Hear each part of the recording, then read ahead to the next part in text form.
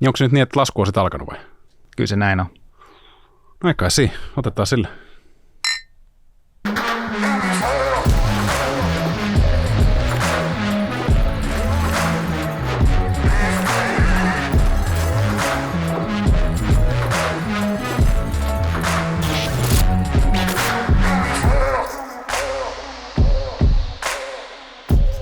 Tervetuloa taas Traders Clubin pariin. Täällä minä ja Jukka jälleen kerran kahdestaan keskustellaan markkinoista ja siitä, että miten me saadaan susta parempi treidaaja. Viime viikolla meillä oli tosiaan uraanijakso ja Mikko Leivo tuli puhumaan meille siitä, että kuinka mahtava keissi se on. Ja uraanihan on ollut kovassa nousukiidossa nyt ja sen pienen minimaalisen dipin aikana tai jälkeen, kun hän nyt täällä kävi puhumassa, niin ilmeisesti jakso on kumminkin uponut katsojiin, koska dippi ostettiin aika nopeasti. Mutta sitten taas toisaalta ehkä varjopuolena on se, että ei päästy tekemään ihan normaalia markkinakatsausta. Ja heti kun laskeuduttiin sieltä vartiotornista alas, niin yhtäkkiä säkin oot joudut Twitterissä sitten joutunut vähän niin kuin antaa markkinanäkemystä. Ja ilmeisesti ollaan valahdettu aika tärkeidenkin tukitasojen alapuolelle. Että mitä se ihmettä tässä on oikein tapahtunut nyt niin kuin parin viikon aikana? Joo, tosiaankin otetaan nyt semmoinen kunnon päivitys tuohon niin kuin näkemykseen ja samaan aikaan myös muutetaan sitä kokonaiskuvaa ja näkemystä, isompaa kuvaa siitä omasta näkemyksestä. Eli jos ollaan oltu niin kuin enemmän härkäsiä, niin nyt on pakko olla enemmän karhunen. Sitä kertoo ehkä pikkasen tämä meidän väritys täällä studiossa kanssa tänään. Ja jos lähdetään avaamaan sitä omaa näkemystä, että kuinka se on tässä niin kuin muuttunut ja mietitään niin kuin sitä timelinea ja sitä ajatteluketjua, mitä tässä on ollut, niin periaatteessa, jos mennään vaikka alkuvuoteen, niin silloin se näkemys oli superhärkäinen. Silloin tuntuu, että niin kuin makro menee oikeaan suuntaan. Työmarkkina on niin vahva, että ilman sitä heikkoutta siellä ei voida mennä taantumaan. Osakemarkkina kertoo monia indikaatioita siitä, että minkä takia todennäköisesti noustaan. Tilastolliset asiat kertoo indikaatioita siitä, minkä takia noustaan. Ja se nousu tosiaankin jatkuu. Ja sitten kesäjaksossa me tuotiin niin kuin ekaa kertaa sinne masterslaidille se idea siitä taantumasta. Silloin se oli vielä niin kuin pieni mahdollisuus, 30%, eli semmoinen niin kuin epätodennäköinen skenaario vielä. Sitten ollaan sen jälkeen nostettu se 40%, ja nyt on pakko nostaa yli 50% myös sen takia, että ei pelkästään se, että se niin kuin makrotekijät ja niin kuin makrodata on alkanut kääntymään heikompaan suuntaan, mutta nyt saadaan myös sieltä osakeindekseistä sitä indikaatiota, että ne on valmiita mahdollisesti laskemaan ja niissä sitä heikkoutta näkyy. Eli käytännössä yksi tärkeimmistä asioista, mitä kannattaa niin kuin pitää mielessä, jos haluaa niin kuin sitä omaa makronäkemystä hyödyntää oikeasti tuolla osakemarkkinoilla ja pyrkii ajoittamaan markkinaa, on se, että sä et voi niin kuin shorttaa vahvaa markkinaa.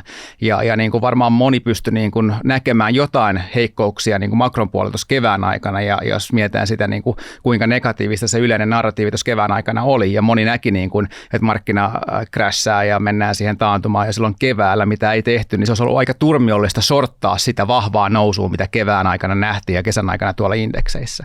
Mutta nyt kun niin kuin indeksit alkaa myös kertomaan sitä samaa tarinaa siitä, että niissä alkaa näkymään sitä heikkoutta, makrossa näkyy samaan aikaan heikkoutta, mennään väärää suuntaan, se trendi on väärää suuntaan tällä hetkellä siellä, niin silloin on ainakin paljon todennäköisempää ja paljon parempi se tuottoriskisuhde siinä sun shorttitreidissä, kun niin kuin kaikki nämä asiat alkaa menemään niin kuin linjassa. Ja nyt tosiaankin 1,5 viikkoa sitten, kun jo valmistelin näitä slideja, jotka viime viikolla jäi käyttämättä, niin päivitin kanssa Twitteriin, että Russell-indeksi on yksi niistä niin kuin tärkeimmistä indikaattoreista, jotka kertoo mulle siitä, että milloin se heikkous alkaa siellä indeksipuolella niin kuin näkymään. Se koostuu 2000 yhtiöstä, se on varmaan paljon parempi barometri siitä, että mitä tuolla jenkkitaloudessa tapahtuu. Ja sitten siinä vaiheessa, kun tämä Russell 2000 laskee 200 liukuvan keskiarvon alapuolelle, niin se voi olla semmoinen niin kuin järkevä shorttipaikka, ei pelkästään siellä Russellin puolella, mutta myös ihan niin kuin pääindeksien puolella. Ja oikeastaan nyt niin kuin viime viikolla me nähtiin se niin kuin romahdus sinne 200 liukuvan keskiarvon alapuolelle, jota niin kuin, odotin, että jos se tapahtuu, niin silloin voi olla niin kuin hyvä paikka shorttaa. Ja viime viikolla mä päivitin kanssa Twitterin puolelle, kun jäi se markkinakatsaus tekemättä täällä TC:n puolella, että tässä on niin kuin ne 3 asiaa, jotka mä haluan nähdä, jotka niin kuin vahvistaa sitä tarinaa, että markkina laaja-alaisemminkin on kääntymässä potentiaalisesti siihen isompaan laskutrendiin. Se ei tarkoita sitä, että markkina menee joka päivä alas, se tarkoittaa, että se menee joka viikko alas, ja varmasti nähdään vahvoja korjauksia välillä, mutta nyt ehkä niin kuin se niin kuin päätrendi on mahdollisesti ainakin flipannut alaspäin.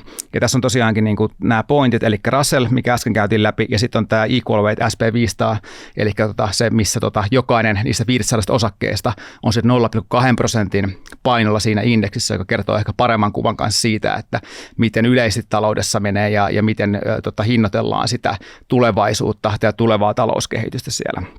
Ja samaan aikaan meillä oli kanssa SP5 nouseva trendilinja, joka piirrettiin pari viikkoa sitten graafeille, ja silloin kun se rikkoutuu, mikä myös rikkoutui viime viikolla, oikeastaan kaikki nämä 3 tapahtui samaan aikaan, eli Fedin Powell oli taas sen verran haukkamainen omissa puheissaan, ja sai etenkin nuo pitkät korot vahvaan nousuun, joka on painanut osakkeita nyt alaspäin, ja jota kohta kun mennään tuonne indeksien puolelle nähdään vielä tarkemmin, että kuinka nopea ja vahva se liike tässä viimeisen viikon aikana onkin ollut. No nyt kun nämä isot indeksit on näyttäneet heikkoutta ja rikkoneet näitä tärkeitä tukitasoja, niin mihin asti sä luulet ja uskot, että tämä korjaus alaspäin voisi nyt sitten jatkua ja kuinka pitkään mahdollisesti ajallisesti?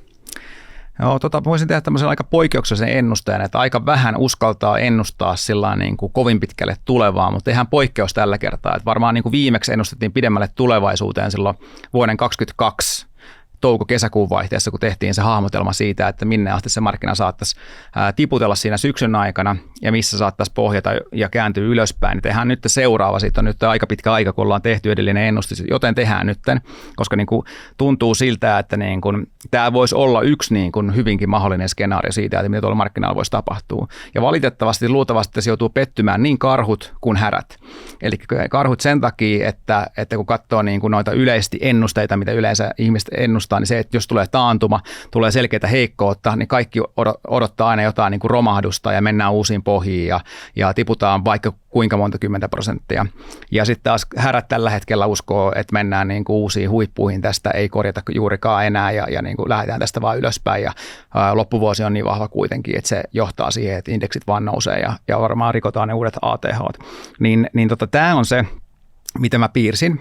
Ja tässä on niin kuin hyvä huomata se, että tämä kuvaa nytten sitä, että missä ajassa me päädytään suurin piirtein niin kuin noille tasoille. Vaikka tuossa on niin kuin yksi alaspäin menevä viiva, niin se ei kuvaa sitä, että sinne mennään niin kuin koko ajan pelkästään laskien, vaan koska tuossa on niin kuin 6 kuukauden periodi, eli toi pohja on piirretty tuohon maaliskuun 18. päivän kohdalle, nyt jos tarkkoja ollaan, niin se ei tarkoita sitä, että seuraavat 6 kuukautta tullaan laskemaan, vaan tässä tullaan näkemään semmoisia vahvoja periodeja, jossa markkina voi kuukauden ja melkein 2 kuukautta pääasiallisesti nousta, mutta niin kuin loppupeleissä päädyttäisiin jonnekin niin kuin tolle tasolle.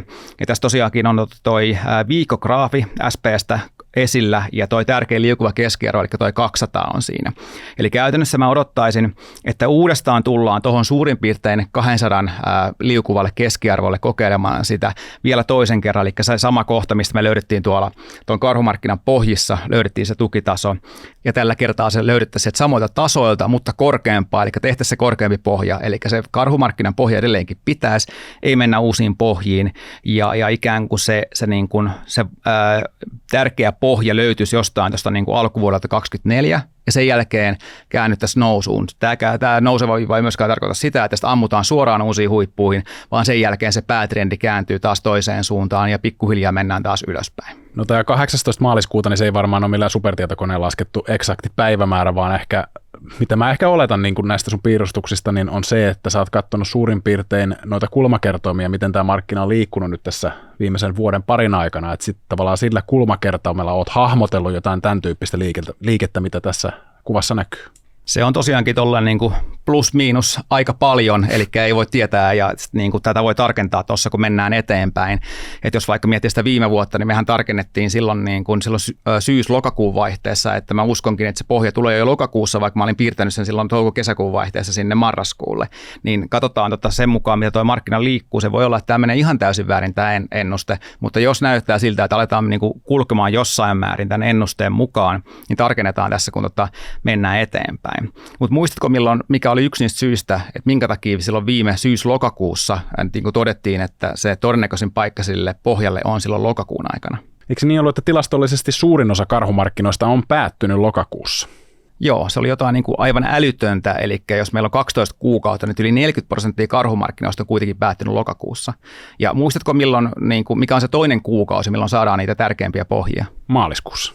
No nimenomaan, eli sen takia heitetään sinne maaliskuulle tällä kertaa toi, ja jos mietitään myös sitä niin kuin yhtä niistä tekijöistä, mikä meillä oli taustalla, minkä takia ennustin sitä vahvaa nousua sieltä viime vuoden lopulta, eli silloin kun saatiin Jenkeissä oli noin välivaalit, niin se on tämä presidenttisykli, eli silloinhan niin kuin se kaikista vahvin periodi tämän 4 vuoden presidenttisyklin aikana on nimenomaan se välivaaleista tänne seuraavaan kesään. No, se on osunut aika hyvin tälläkin kertaa, eli tämä supervahva nousu on ajoittunut just sille niin kuin osalle tästä 4 vuoden syklistä, kun se yleensä tapahtuu.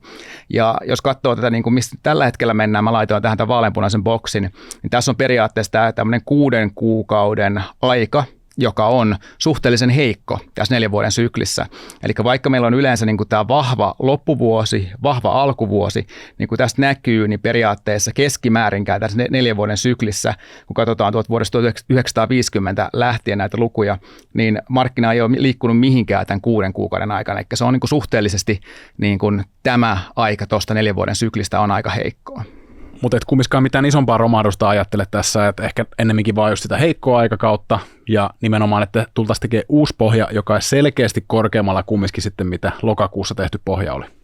Joo, just näin. Ja jos nyt miettii niin tätä viimeisenkin jo lähes vuoden liikettä, tuosta pohjastahan on melkein jo vuosi, eli muutamia viikkoja, niin vietetään vuosipäivää tuosta karhumarkkinan pohjasta, ja todellakin nämä liikkeet loppupeleissä tuolla osakemarkkinoilla on semi-hitaita, ja nyt vaikka miettii, niin kuin, että 6 kuukautta eteenpäin, niin siinä ajassa ehtisi liikkua vaikka kuin paljon, niin loppupeleissä se voi olla, että ne toteutuneet liikkeet on kuitenkin niin kuin paljon miedompia, koska markkina menee sekä ylös ja alaspäin, ja ne sen vahvan päätrendin vastaiset liikkeet vie aina niin paljon aikaa siinä liikkeessä kanssa, että se voi olla, että vaikka niin kuin laskettaisiin pääosin seuraavat 6 kuukautta, niin me ei päästä pidemmälle kuin suurin piirtein näille tasoille, missä sit ottaa tai nouseva 200 liukuva keskiarvo meet taas vastaan.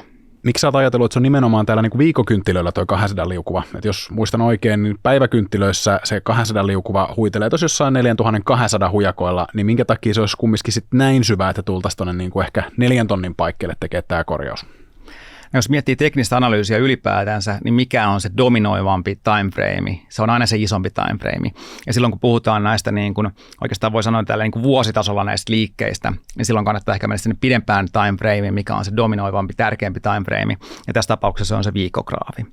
Ja mun mielestä tässä on niin kuin hyvä huomata vielä se, että niin kuin se vahva trendi, missä me ollaan oltu siellä viikkotasolla, niin kuin tästäkin näkyy, niin me ei olla edes rikottu sitä 200 nousevaa liukuvaa keskiarvoa. Eli viikkotasollahan me ollaan tosi vahvassa, niin kuin vahvassa tämmöisessä nousevassa sekulaarisessa trendissä, eli monivuotisessa trendissä. Ja jos katsotaan näitä historiasta, näitä kaikkia eri ajanjaksoja, eli tässä on nyt dataa 1950-luvulta, ja tuossa nähdään, että nämä 3 ylempää kuvaa, niin tässä näkyy tämmöinen niin kuin vahva sekulaarinen trendi ylöspäin. Ja sitten tässä on nämä 2 niin kuin ajanjaksoa, eli toi 70-luku, ja sitten 2000-luku, kun nähtiin tuommoinen sideways-markkina, eli silloin ei menty mihinkään oikeastaan niin kuin noiden vuosikymmenten aikana, nähtiin vahvaa liikettä alas ylöspäin, ja tuossa näkyy niin kuin hyvin, että kuinka mennään edestakaisin tuossa niin kuin liukuvan keskiarvon ympärillä, kun näissä niin kuin ylhäällä olevissa kuvissa pysytellään koko ajan tuossa vahvassa sekulaarisessa trendissä tuon 200 liukuvan keskiarvon yläpuolella. Jos lisätään tähän kuvaan nyt tämä nykyhetki, niin nähdään, että miltä se trendi tällä hetkellä näyttää, niin se näyttää ihan selkeästi siltä samalta kuin näissä ylemmissä kuvissa, eli siltä vahvalta, nousevalta, sekulaariselta trendiltä, ja tässä tosiaankin on tuo sama 200 liukuva keskiarvo, eli jos tullaan tuonne 4000 tasoille tuolla indeksissä, niin se tarkoittaa sitä, että me ollaan edelleenkin vahvasti sen nousevan 200 liukuvan keskiarvon yläpuolella. No mä oletan, että sä et ihan pelkästään tuon niin viikkotason 200 on heittänyt tätä perusteltua päätöstä siitä, että oltaisiin edelleen tämmöisessä sekulaarisessa nousevassa trendissä, niin mitä ne muut syyt sitten tähän mahdollisesti jatkuvaan nousumarkkinaan on? No periaatteessa niin kuin ne vahvat pidemmän aikavälin driverit, mitkä on siellä makrotasolla, mistä me ollaan puhuttu täälläkin, eli esimerkiksi vaikka se demografinen niin kuin tilanne tällä hetkellä, eli meillä on ne niin kuin historian rikkaimmat yli 60-vuotiaat tällä hetkellä, josta niin kuin pääosa on jäämässä eläkkeelle, sitä rahaa alkaa periytymään milleniaaleille, mitkä on se isoin ikäluokka, ja niin kuin se niin kuin rahan ja vaurauden määrä on jotain, mitä me ei olla koskaan vielä historiassa nähty, ja se niin kuin tukee talouskehitystä ja kasvua, ja niin kuin se on semmoinen niin kuin vahva boosteri. Samaan aikaan se edelleenkin tiukka työmarkkina ja se rakenteellinen työvoimapula, mistä ollaan puhuttu. Eli kun työikäinen väestö supistuu, niin niitä työntekijöitä ei vaan riitä ja niistä ei myöskään haluta päästää irti. Eli vaikka me voidaan nähdä niin kuin tämmöistä niin kuin hetkellistä heikkoutta, mitä mä odotan niin kuin nähtävän nyt niin kuin seuraavien kuukausien aikana, joka johtaa myös siihen osakemarkkinan laskuun, niin kuitenkin se ikään kuin stoppaa sen heikkouden alkuunsa ja saadaan vaan tämmöinen niin kuin lyhytkestoinen niin kuin joko minitaantuma tai niin kuin vähintäänkin semmoinen niin kuin vahva heikentyminen, joka kuitenkin päätyy siihen, että aika nopeasti käännytään niin kuin uuteen nousuun, koska nämä niin kuin vahvat trendit siellä taustalla johtaa siihen, että ollaan edelleenkin tämmöisessä niin kuin sekulaarisessa nousussa niin tuolla talouden kuin osakemarkkinan puolella. Ja myös arvostuskertoimet antaa siihen tilaa. Eli jos katsoo arvostuskertoimia ja jakaa nämä eri kokoisten yhtiöiden kesken, niin periaatteessa se ainut, niin kun, jos moni puhuu, että SP500 on niin korkealle arvostettu, niin ainoa, mikä siellä on oikeastaan korkealle arvostettu, on ne 8 osaketta, niin kuin tästä näkyy. Eli tässä on tuo 8 osakkeen ryhmä, ja niiden arvostuskerroin vetää koko indeksin arvostuskerrointa niin paljon ylöspäin, että se saa sen koko indeksin näyttämään kalliilta. Jos ottaa niin kuin vaikka tuon SP500-indeksin ilman teknologiaosakkeita, niin se PE-kerroin on tällä hetkellä 17. Se on aika normaali, ja tämmöisessä sekulaarisessa pitkän aikavälin trendissä se voi kestää niin kuin pitkään korkealla, ja nyt periaatteessa toi viime vuoden korjausliike ja tämä potentiaalinen tuleva pieni korjausliike, mikä nähdään, niin tuo taas arvostuskertoimia alaspäin, mutta samaan aikaan kuitenkaan niin kuin tulokset tuskin ehtii sulamaan tästä mihinkään alta, ja se tuloksen pieneneminen tässä viimeisenkin vuoden aikana on ollut aika maltillista. Eli periaatteessa nuo arvostuskertoimet näyttää erittäin järkevältä jopa niin kuin noiden isoimpien yhtiöiden osalta, mutta näiden pienempien yhtiöiden osalta, eli jos katsoo tästä mid-cap-yhtiöitä ja small-cap-yhtiöitä, niin nämähän on jo naurettavan alhaisia. Eli periaatteessa niin kuin se niin kuin ero näissä isoissa ja pienissä yhtiöissä on tällä hetkellä niin kuin käsin kosketeltavan suuri ja niin kuin semmoinen kuin pienempikin korjausliike tuolla osakemarkkinoilla. Eli taisi olla suurin piirtein 13%, mikä se mun piirtämä kuva oli. Eli jos tultaisiin sieltä heinäkuun huipusta tuonne potentiaalisen maaliskuun pohjaan, niin se oli 13%, niin sekin jo tervehdyttää noita arvostuskertoimia sen verran, tuo niitä alaspäin, että tämmöinen niin kuin sekulaarinen vahva trendi voi jatkuu ja etenkin jos se tulokset kääntyy sen jälkeen taas nousuun tämmöisen mini-hidastumisen jälkeen, niin tämä niin kuin voi hyvinkin johtaa siihen, että se pohja löytyy paljon aikaisemmin kuin moni saattaisi ehkä odottaa, vaikka nähdäänkin niin kuin hetkellistä heikkoutta tuolla markkinalla. Ja joku voi niin kuin sanoa, että taloustilanne näyttää niin huonolta ja on tätä ja tätä ongelmaa koko ajan.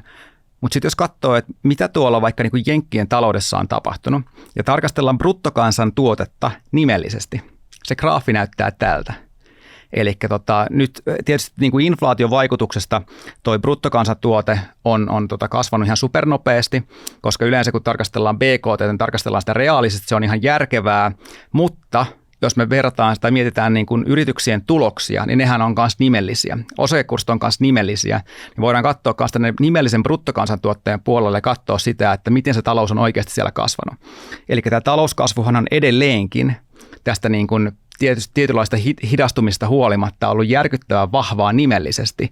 Ja se näkyy siellä yrityksien liikevaihdoissa. Että liikevaihdothan ei ole laskenut yhdessäkään kvartaalissa, vaan ne on jatkanut koko ajan ylöspäin, koska siellä on tämä niin kuin inflaatiokomponentti ollut ja niin kuin me ollaan tehty niitä harjoituksia, niin käytännössä se inflaatio myös kasvattaa sitä nimellistä tulosta, niin se inflaatio myös kasvattaa sitä nimellistä tulosta etenkin pidemmässä juoksussa, vaikka niin kuin siellä on niitä kustannuspaineita, jotka tulee niin kuin sen inflaation kautta tuonne yrityksille. Mutta tosiaan, koska nämä on kaikki nimellisiä suureita, niin voidaan tarkastella niitä keskenään nimellisesti, ja tästä on niin kuin tosi vaikea tästä graafista millään tasolla argumentoida, että missä se on se heikkous siellä jenkkitaloudessa. Et nyt niin kuin se, mitä mä oikeastaan vähän niin kuin ennustan tässä sivussa, on se, että tämä hetkeksi heikkenee, mutta niin kuin tämä niin kuin taustaltakin näkee, että kuinka vahva se on, että jos se ei niin kuin jostain käsittämättömästä syystä lähtisi semmoinen niin kuin noidankehä ja romahdus käyntiin, se todennäköisesti sen niin kuin nopean heikkenemisen jälkeen palaa ennemminkin sille vahvalle kasvuralle, mikä me nähdään tässä verotuspeilissä. No nyt kun mä tässä ynnäilen näitä sun puheita, niin mä jotenkin oletan, että se sun ennakoima taantumariski, niin se on varmaan kasvussa kaiken tämän heikentyvän talousdatan myötä, mutta koska nyt tämä ennustus siihen, että pohjaus kumminkin maaliskuussa, niin osakemarkkinat tulisi kumminkin hinnoitelleeksi sen taantuman suhteellisen täysmääräisesti jo tuossa ensi vuoden alkupuolella, joten ensi vuoden puolella nähtäisiin jo sitten kumminkin sitä taantuman jälkeistä aikaa osakemarkkinoiden kautta. Joo, just näin. Eli osakemarkkina yleensä hinnoittelee nämä aina etukäteen, ja etenkin jos kyseessä olisi tämmöinen niin kuin lyhyt, kestoinen ja niin kuin pieni taantuma, niin kuin itse odotan, niin luultavasti se hinnoittelee sen niin kuin justiinsa silloin ennen kuin se alkaa, ja saattaa pohjata jo niin kuin hyvinkin pian ikään kuin sen taantuman alkamisen jälkeen. Mehän ei silloin, kun se taantuma oikeasti alkaa, niin tiedetä, milloin se alkaa, koska se määritellään tyyliin vasta vuotta jälkikäteen, ja siten se on niin kuin mahdotonta tietää, milloin siinä taantumassa ollaan, mutta nytkin nähdään jo monta merkkiä niin kuin siitä heikentyvästä kehityksestä, ja jotkut sanoo jo, että ollaan taantumassa. Itse en usko, että ollaan vielä taantumassa. Moni sanoi jo tuossa pitkin alkuvuotta, että oltiin taantumassa, mitä ei selkeästikään oltu. Mutta itse niin kuin näkisin, että se taantumariski on huomattavasti nyt niin kuin koholla, ja se on mun pääskenaario tällä hetkellä, eli se minitaantuma tai ainakin niin kuin vahva hidastuminen, joka johtaa tuohon selvään osakemarkkinan korjausliikkeeseen. Eli päivägraafilla tosiaankin mennään alle 200 liukuvan keskiarvon ja tullaan sinne kohti viikkotason 200 liukuvaa keskiarvoa, mutta kuitenkin niin kuin se viime vuoden karhumarkkinan lokakuun pohja pitää, eli se korjaus ei ole kuitenkaan niin syvä ja jyrkkä, ja sitten koska se niin kuin taantuma olisi mahdollisesti hyvinkin mieto johtuen näistä makrotekijöistä, niin se pohja tulisi kanssa niin kuin aika nopeasti tässä niin kuin noin 6 kuukauden sisään jo tähän korjausliikkeeseen, mistä voitaisiin lähteä rakentamaan sitä pidempikestoista nousumarkkinaa sitten vielä.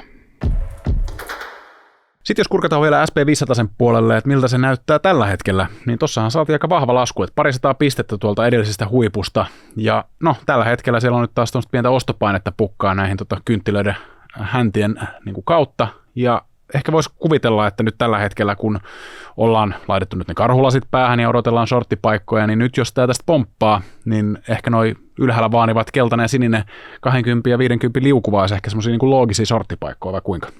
Joo, ehdottomasti. Ja nyt jos niin kuin se pidemmän aikavälin näkemys on negatiivinen, nyt taas kun ollaan laskettu näin lyhyessä ajassa näin paljon, ja paljon alkaa taas niin kuin ihmiset kääntymään hyvin negatiiviseksi tuolla markkinalla, ja se pessimismi alkaa kasvamaan, ja Fear and Greed-indeksit alkaa olemaan siellä niin kuin Fearin puolella taas, niin näitä pomppuja tulee. Ja ennemminkin niin kuin odotan, että tästä niin kuin 4200 ja 4300 välistä, missä nyt ollaan, niin saadaan niin kuin ihan hyvän kokoinen pomppu, ja enemmänkin kannattaa tosiaan katsoa, kuten mainitsitte, nämä laskevat liukuvat keskiarvot, että missä kohtaa ne silloin on, kun niille pompataan, ja löytyisikö niiltä niitä hyviä shorttipaikkoja sitten. Eli niin kuin pääosin lähdetään nyt hakemaan niitä shorttipaikkoja, mutta niin kuin näin vahvan liikkeen jälkeen on jo todennäköisempää, että se pomppu on lähempänä kuin se lisälasku. Ja tosiaankin täällä on niin kuin näitä tärkeitä tasoja, mitä voidaan katsoa. Eli jos toi tärkein taso varmaan tämän vuoden aikana, mitä hakattiin niin kuin useita kertoja, oli tuo 4200 suurin piirtein, niin se on yksi tärkeimmistä tasoista, ja se on samalla tasolla, missä tuo nouseva 200 liukuva keskiarvo on kanssa. Ja toinen tärkeä taso on varmaan tuo viime elokuun pohja, missä tällä hetkellä itse asiassa justiinsa ollaan. Eli käytännössä nämä 2 tasoa ja näiden tasojen välistäkin löytyy ihan hyvin tukea tuosta markkinalta. Ja on hyvä huomata, että jos miettii just sitä niin kuin markkinastruktuuria ja miten markkina liikkuu, niin jopa tämän niin kuin viime vuoden karhumarkkinan aikana voi katsoa, että kuinka isoja nämä tämän päätrendin vastakkaiset liikkeet oli, että osaa niin kuin suhteuttaa sitä, että vaikka näkee hinnan nousevan tuolla markkinalla, niin ei välttämättä voi vetää sitä johtopäätöstä, että markkina onkin edelleen sen nousutrendissä, koska tämä yleinen markkinaheilunta voi olla niin vahvaa siihen vastakkaiseen suuntaan aina. Eli se on hyvä pitää mielessä. Mutta jos tosiaan katsotaan noita tärkeimpiä niin kuin indikaattoreita vielä tästä niin kuin viimeisimmästä laskusta ja tästä breakdownista täällä niin kuin laajemmin täällä markkinalla, niin tästä nähdään tämä Russell 2000-indeksin tilanne tällä hetkellä. Eli tosiaankin tuossa oli toi twiitti, minkä mä tein ja näin tuossa aikaisemmin, niin oli piirretty toi trendilinja tuohon, joka breikattiin alaspäin ja siinä samaan aikaan, kun toi 200 rikkoutui alaspäin, niin saatiin tosi vahva liike alaspäin. Tässäkin taas näkee, että kuinka paljon tässä parin viikon aikana ollaan tultu alaspäin, eli tämäkin varmaan alkaa lähentelemään ennemminkin sitä seuraavaa pomppua kuin sitä, että tämä lasku tässä jatkuisi. Ja tämä on niin kuin aika vahvasti tullut alaspäin ja tosiaankin tosi heikon näköinen, että Russell 2000, niin tämä on jo niin kuin huomattavan lähellä niin kuin koko karhumarkkinan pohjaa. siinä mielessä niin kuin superheikon näköinen. Se SP500 Equal Weight-indeksi, se on vahvemman näköinen, jos suhteuttaa tuohon lokakuun pohjaan, mutta tämäkin tosiaan breikkasi samalla tavalla ja samaan aikaan, kun tuo Russell on 200 liukuvan keskiarvon ja tämäkin on selkeästi niin kuin heikko. Jos miettii sitä, että minne tämä Equal Weight-indeksi on tullut nyt tämän vuoden alusta, niin voidaan piirtää tuohon toi linja, että missä oltiin vuoden alussa. Eli tuolla tasolla niin tässä näkyy nyt, että mikä tämä tämän vuoden nousu täällä Equal Weight-indeksissä on. Ja itse asiassa, jos otetaan ne 8 isointa osaketta pois, niin eilen dipattiin niiden 492 osakkeen suhteen tänne niin kuin miinuspuolelle vuosituotossa. Eli niin heikko on niin kuin se SP500 miinus ne 8 isointa ja vahvinta megacap-yhtiöitä siellä ollut tänä vuonna. Eli se on niin kuin ihan selkeästi niin kuin markkinakin hinnoittelee tietynlaista heikkoutta, mitä ei välttämättä suoraan siitä niin kuin SP500-indeksistä, joka on niin paljon 200 liukuvan keskiarvon yläpuolella, niin näet tällä hetkellä. Eli tässä viimeisen parin kuukauden aikana, kun se huippu tehtiin tuolla heinäkuun lopussa, niin nimenomaan valtaosa yhtiöistä on sen jälkeen ollut ihan superheikkoja, ja se heikkous on vaan niin kuin levinnyt ja laajennut tuolla, mikä kertoo kanssa ehkä niin kuin siitä sen makron näkökulmasta sitä, että se niin kuin talousnäkymä ei tällä hetkellä ole niin hirveän hyvä. Ja tämä tilanne on nyt sama oikeastaan niin kuin myös tuolla muissakin markkinoissa, eli jos mennään tuonne Saksaan, joka on ollut ihan supervahva ja oikeastaan teki niitä uusia kaikkien aikojen huippuja, niin täälläkin nähdään, että ollaan nyt breikattu tämä nouseva 200 liukuva keskiarvo alaspäin ja niin kuin selkeitä heikkoutta täällä niin kuin Euroopankin suhteen ja nimenomaan jos niin kuin teknisesti tarkastellaan, niin tämä on heikko merkki siitä, että mitä tuolla indeksissä tapahtuu tällä hetkellä ja mikä toi tämän indeksin selkeä nykytrendi on, niin sehän on nyt niin kuin laskeva tuolta huipuilta, vaikka tämäkin on niin kuin suhteessa niin kuin super paljon tuolla lokakuun pohjien yläpuolella, mutta niin kuin selkeä trendin muutos on tapahtunut täällä niin kuin laajemminkin, ei pelkästään jenkkien puolella, vaan myös muissa indekseissä. Ja ehkä se tekijä, mikä tässä viimeisen viikon aikana on etenkin tätä heikkoutta ajanut, niin on ollut tämä korkojen nousu. Eli etenkin näissä pidemmissä koroissa, 10-vuotisissa, 30-vuotisissa, tämä korko on edelleenkin jatkanut nousua ja nyt ollaan selkeästi jo rikottu nämä viime lokakuun huiput. Eli siinä, missä nämä korot paino osakkeita viime vuonna alaspäin, niin ne on nyt tämä vahva nousu, mikä on jatkunut tässä jo kuukausia, niin on jälleen taas lähtenyt painamaan noita osakkeita alaspäin. Eli nousevat korot on aina huono asia osakkeille, etenkin silloin, kun ne tekee näin korkeita huippuja, eli tuo 10-vuotinenkin on tuolla päälle 4,5 ja tuo 30-vuotinen on päälle 4,6, kävi jo melkein 4,7.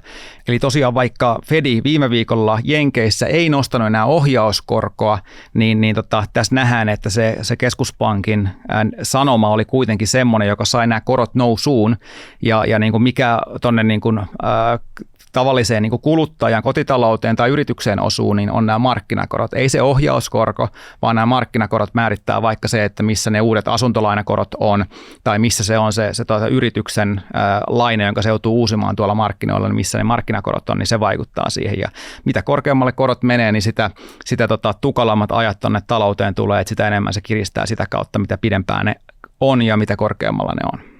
No jos tässä kerran mennään sinne taantumaan, niin miten tämä osakemarkkinan pudotus voi olla sen verran lyhytajallisesti, plus sitten se, että tämä nyt ei loppujen lopuksi, jos tullaan 15% tuolta edellistä huippuista alas, niin sekään ei nyt ei ihan hirveän iso droppi kummiskaan ole. Joo, jos laitetaan tuosta noin jenkkien taantumat näkymään tuolla vihreällä värillä, niin moni katsoo näitä viimeisimpiä taantumia ja katsoo, että okei, että 50% tultiin alaspäin tuossa niin finanssikriisissä ja IT-kuplan puhkeamisen jälkeen, mihin liittyy molempiin nämä taantumat. Mutta jos mennään vähänkin pidemmälle ja katsotaan sitä, että mitä tuolla on niin kuin aikaisemmin tapahtunut, niin monesti nämä taantumat saattaa loppupeleissä olla osakemarkkinoiden kannalta aika pieniä ja lyhytaikaisiakin liikkeitä. Eli esimerkiksi tuo 90-luvun taantuma, mikä nähtiin, niin loppupeleissä osakemarkkinoilla tuo varsinainen lasku kesti ehkä niin kuin noin 2 kuukautta. Tuossa voi katsoa, että okei, tuolta niin kuin huippua tehtiin tuossa niin kuin kesäkuussa ja pohja oli varsinaisesti tuolla yllättäen lokakuussa, niin 4 kuukautta käytännössä kesti niin kuin toi niin kuin tuolta huipusta tuonne pohjaan. Eli tämäkin on niin kuin aika loppupeleissä lyhyt prosessi ja sen jälkeen tämä niin kuin tai pohjas heti taantuman alkamisen jälkeen ja siinä vaiheessa, kun taantuma on päättynyt, niin ollaankin jo uusissa kaikkien aikojen huipuissa. Ja samanlainen esimerkki löytyy vaikka tuossa 80-luvun alusta, silloinkin mentiin taantumaan ja tämä huipusta taantuman pohjaan alle 2 kuukautta käytännössä, koska oltiin jo tuon kuukauden lopussa noussut tuolta pohjasta ja sen jälkeen keskellä taantumaa ollaan uusissa huipuissa.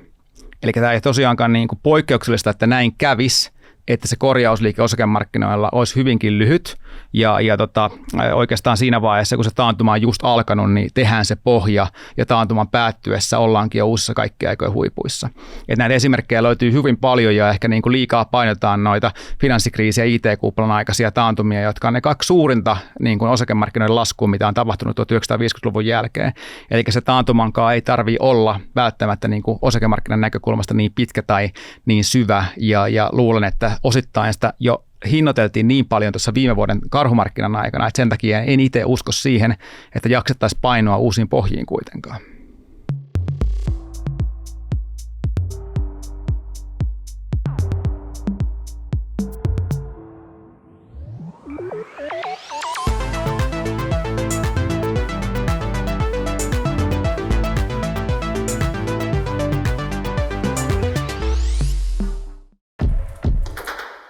Ennen kuin käydään kurkkimassa meidän salkkuihin, niin kiteytetään vielä Jukan markkinanäkemys tähän markkinanäkemysslaidille. Ja täällä ilmeisesti on muuttunut jos jonkinnäköistä kohtaa, että ainakin toi 60% taantumariski on mikä mulla pistää eniten silmään, mutta mitä sä haluat nostaa tästä tällä kertaa?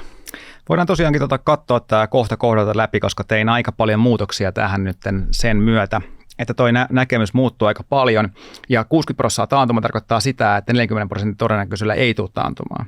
Eli skenaarioajattelun kautta, kun tätä niin kuin lähestyy, niin vaikka pääskenaario on taantuma ja selkeä korjausliike osakemarkkinoilla, niin 40% kuitenkin niin kuin edelleenkin kertoo sitä, että näin ei tule. Eli tämä ei ole lainkaan niin vahva näkemys, mitä oli vaikka silloin niin kuin vuosi sitten sitä pohjassa tai tämän vuoden alussa, kun nähtiin, että osakemarkkina niin kuin indikaattori kerrallaan käytännössä alkoi kertomaan sitä, että nyt lähdettiin uuteen nousumarkkinaan, niin se näkemys oli paljon vahvempi alkuvuodesta, kun se on nyt tässä, pitää korostaa. Ja tietysti niin kuin muutetaan näkemystä, jos se tulee niin kuin tarpeelliseksi tässä niin kuin ajan kuluessa, kun nähdään, että miten data kehittyy ja nähdään, mitä osakemarkkinoilla tapahtuu.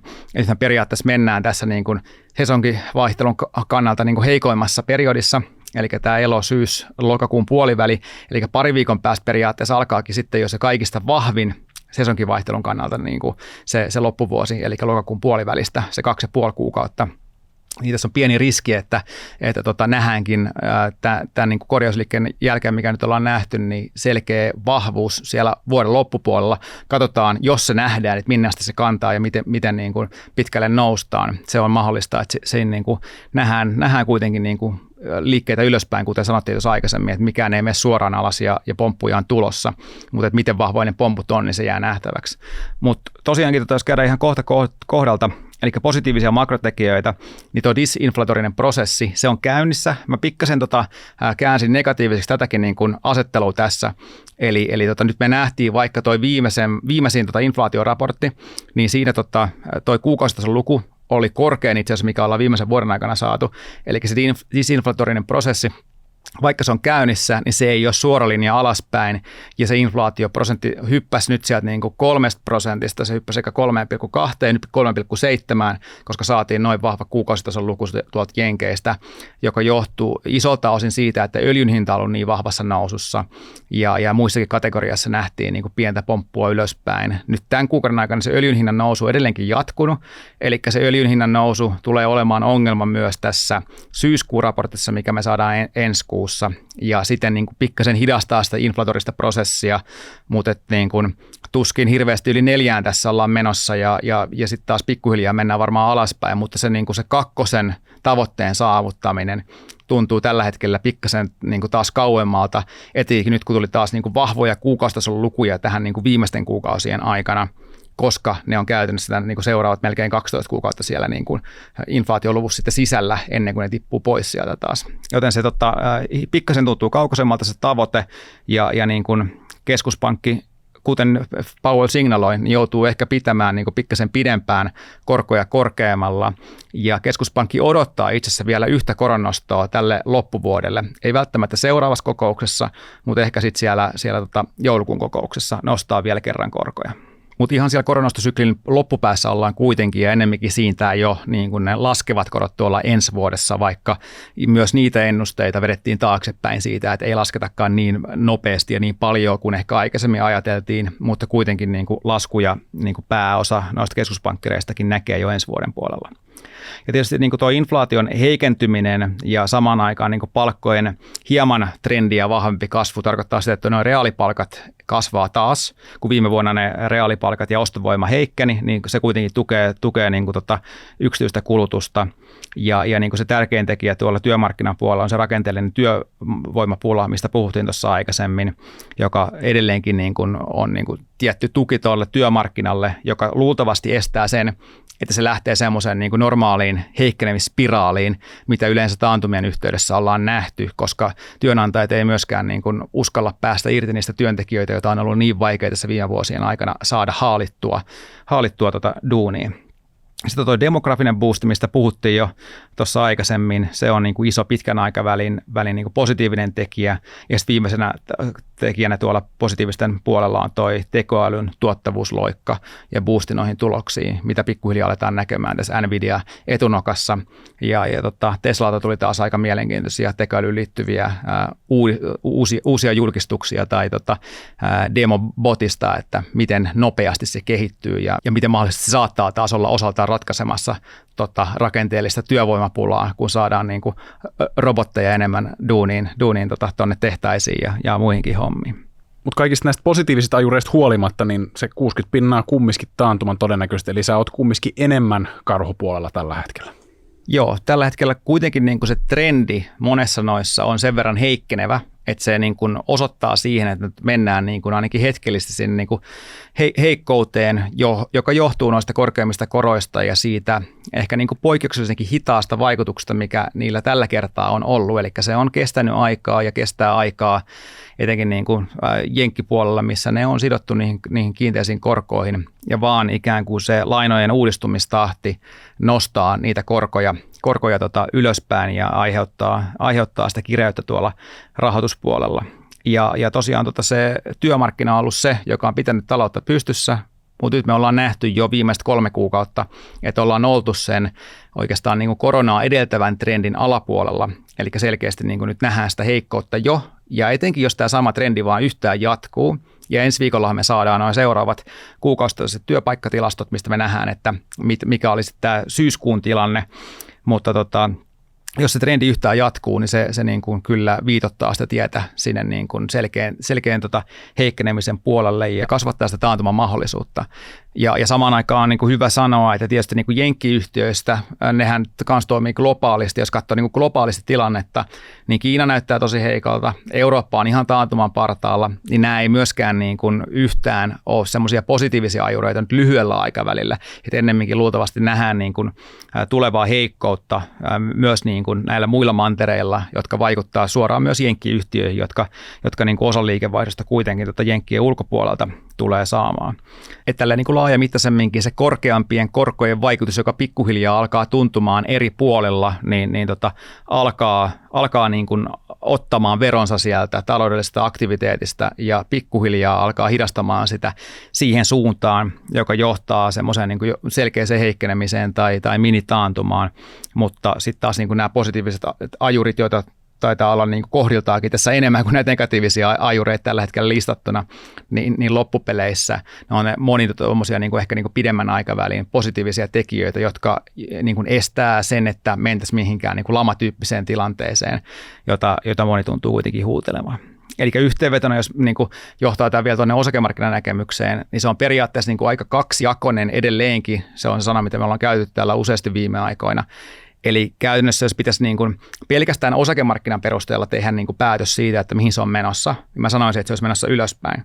Mutta sitten kun otetaan niin kuin tämä makropuoli siihen mukaan siihen analyysiin, niin se niin kuin kallistuu sitten sille niin kuin negatiiviselle puolelle ja sille niin kuin isomman korjausliikkeen puolelle. Et tämä on ehkä pikkasen poikkeuksesta siihen nähden, että jos ollaan just noustu sieltä karhumarkkinasta nousumarkkinaan, että nähtäisiin niin kuin näin niin kuin vahvaa ja pitkäkestoista heikkoutta tuolla markkinalla, se on enemmän niin kuin poikkeus kuin se, mitä yleensä silloin tapahtuu. Et sen takia tämä on niin kuin vähän niin kuin vaikea kooli tehdään, että nyt tullaan näkemään niin kuin näinkin vahvaa heikkoutta ja mennään 200 liukuvan keskiarvon alapuolelle sillä päivägraafilla vielä ennen kuin käännytään siihen uuteen nousuun. Mutta tällä hetkellä se oikeastaan niin kuin näyttää tolta toi tilanne mun silmään ja tehdään nyt tämmöinen vähän isompi suunnanmuutos ja muutetaan kanssa niin kuin näitä niin kuin tasoja, mitä nyt tarkkaillaan, niin ennemminkin nyt kun se päätrendi on alaspäin, niin meillä on sitten siellä niin kuin markkinan yläpuolella niin kuin se niin kuin seurattava linja, eli käytännössä tämä teesi rikkoutuu vaan siten, että me mennään sinne uusiin tämän vuoden huippuihin,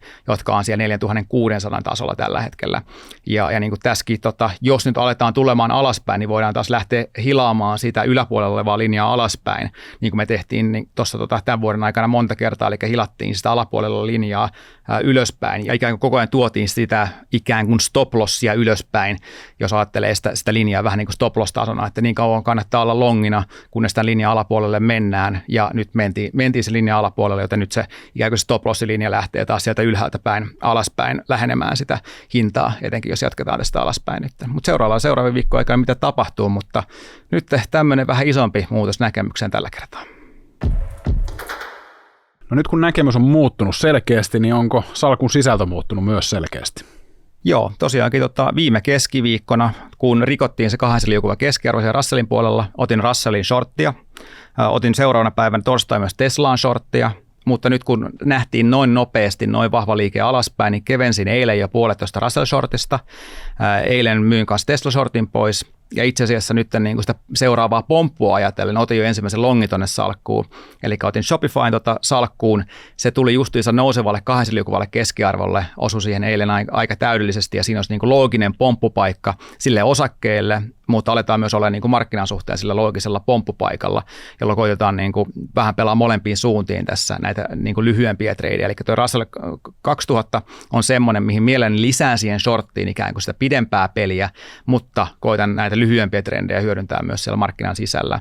Ja nyt ollaan saatu salkkua taas mukavasti ylöspäin tässä viimeisen parin viikon aikana, ja se on mukavaa, kun markkina itsessään on mennyt alaspäin tässä vahvasti, eli markkina on tuottanut enää SP500 alle 13% tänä vuonna, oma salkku alkaa lähentelemään 19%, eli kovasti ollaan menossa kohti sitä 20% tuottotavoitetta tällekin vuodelle, ja toi ero noiden salkun ja indeksin välillä on kuitenkin taas kasvanut aika mukavasti, eli ollaan siellä ylituoton puolella nätisti.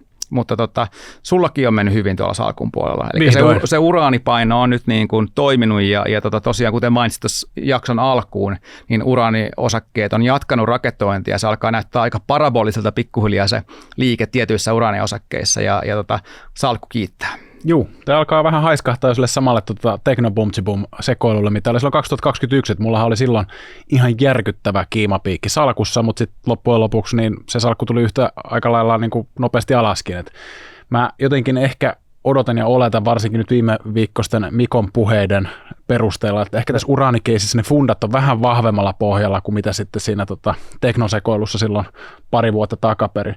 Tuossa mulla salkussa vähän tuommoinen isompi droppi tuli yhtenä päivänä ja se johtui siitä, että mulla on tuolla toi Nasperssi salkussa ja siellä oli tämmöinen käänteinen splitti tullut ja se nyt sitten tällainen teknisesti näyttää nollaa toi rivi tuolla salkussa, mutta kyse on vaan siitä, että mä en ole vielä saanut niitä rahoja backiin siitä, että näitä saattaa tulla aina aikaa jo, jos tulee jonkinnäköinen yhtiötapahtuma salkkuun, niin sitten tuottograafi heittää vähän häränpersettä sen jälkeen, mutta sitten kun homma on hoidettu maaliin, niin graafinkin pitäisi korjaantua, eli periaatteessa ton pitäisi olla ehkä noin 5-10% vielä korkeammalla kuin missä tällä hetkellä toi graafi näyttää olevan, että sitten se tarkoittaa sitä, että meikä olisi jo yli sen 20 pinnan tältä vuodelta. Että sehän tässä pörssipelailussa onkin hauskaa, että me ollaan ihan eri teitä tultu tänne lähelle maaliviivaa, jos tätä vuotta ajattelee maaliviivana, ja silti molemmat on tehnyt ihan hyvin tuottoa. Mutta ei nuolasta vielä ennen kuin tipahtaa. Tässä on kuitenkin vielä 1 kvartaali aikaa tätä vuotta, ja tässä ehtii paljon vielä tapahtuu liikkeitä suuntaan jos toiseen. Ehkä sullakin hyvä paikka pikkasen kevenellä kohta noita uraaniosakkeita, ja lukitaan niitä tuottoja, ettei vaan käy sitten niin, että ne tulee yhtä nopeasti alaspäin, kun ne on mennyt ylöspäin. Joo, ei ole kyllä mitään luottoa omaan tekemiseen. Kyllä mä ehdin yrittävän moneen kertaan, mutta Mikkokin tuossa uraanijaksossa muistutteli moneen kertaan, että ne pitkät myyntiohjelmat, eli pikkuhiljaa rupeaa nyt näihin nousuihin myymään, niin toivon mukaan sitten pääsee myös voitollisena tästäkin keissistä ulos. Mutta tässä kaikki taas tällä erää vissiin, eli samat vanhat tutut jutut taas, eli pistä peukkua, pistä kanavaa tilaukseen, jos et jostain ihmeen syystä ole sitä vielä tehnyt, koska näitä loistavia videoita tulee myös jatkossa. kommentoikaa ihan vaan algoritmin vuoksi tai lähettäkää terveisiä meille tai whatever. Me nähdään taas ensi viikolla ihan normaali tapa. Hyviä treidejä. Morjens.